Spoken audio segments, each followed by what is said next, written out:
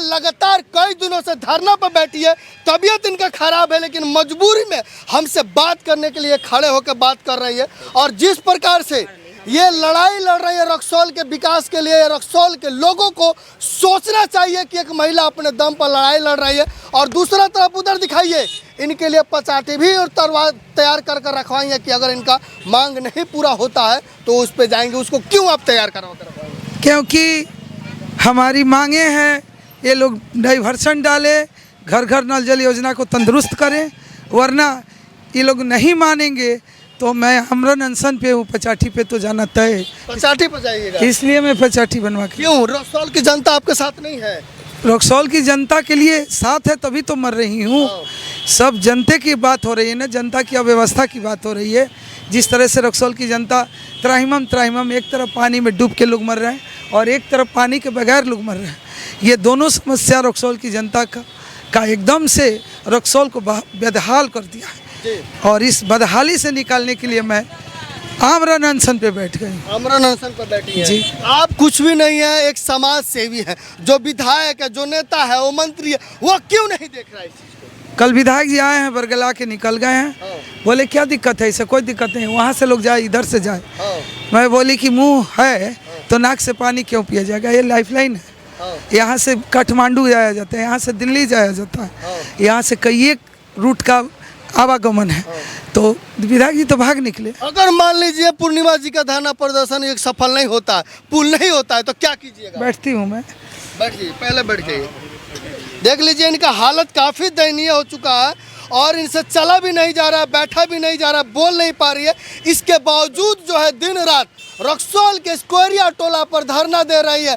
रक्सौल के स्कोरिया टोला पे बैठ के अनशन कर रहे हैं। क्यों?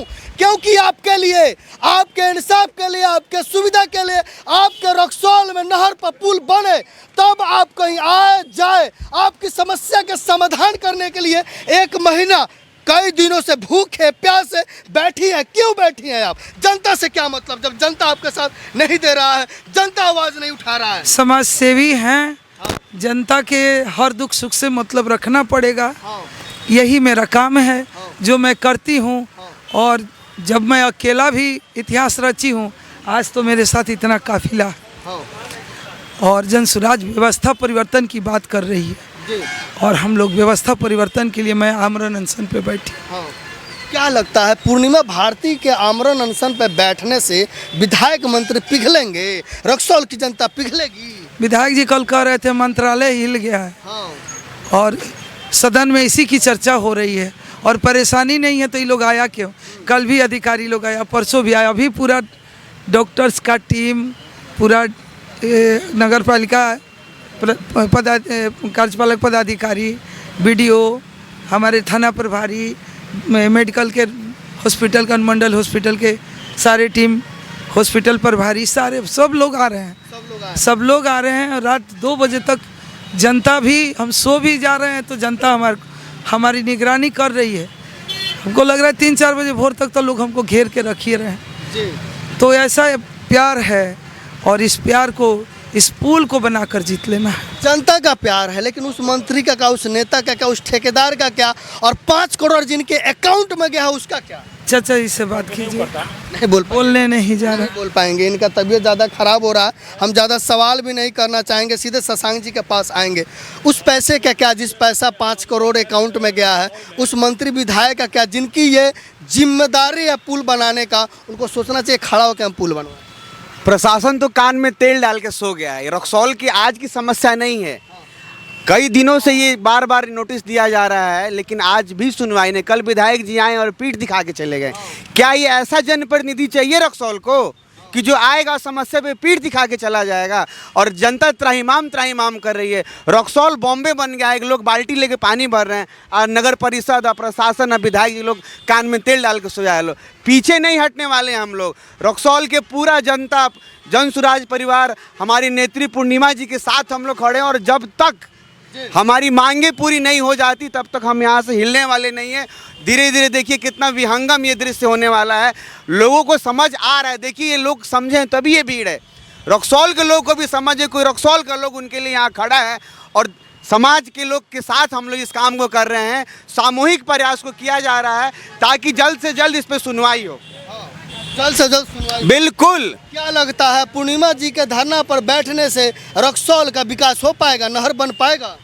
भैया बिल्कुल होना है। ये भ्रष्टाचार के नींव पर खड़ी है सरकार। जितने भी पदाधिकारी हैं एक होड़ मचा हुआ है लूट का। मैं जिला प्रभारी हूँ जनसुराज का, और पूरा जनसुराज बिहार के गरीबों की लड़ाई लड़ रहा है। और यह भी जो मुद्दा है बिहार के जनता के मुद्दा के साथ लगा हुआ मुद्दा है। हजारों लोगों को रोज़ जो है सो आर पार करने में कठिनाई है। प्रशासन इतना सुस्त है और भ्रष्ट है कि उसको केवल लूटने की चिंता है, जनता के हित की कोई बात ही नहीं सोच रहा है प्रशासन। अभी हमारी नेता पूर्णिमा अकेली बैठी हैं इस अनशन पे।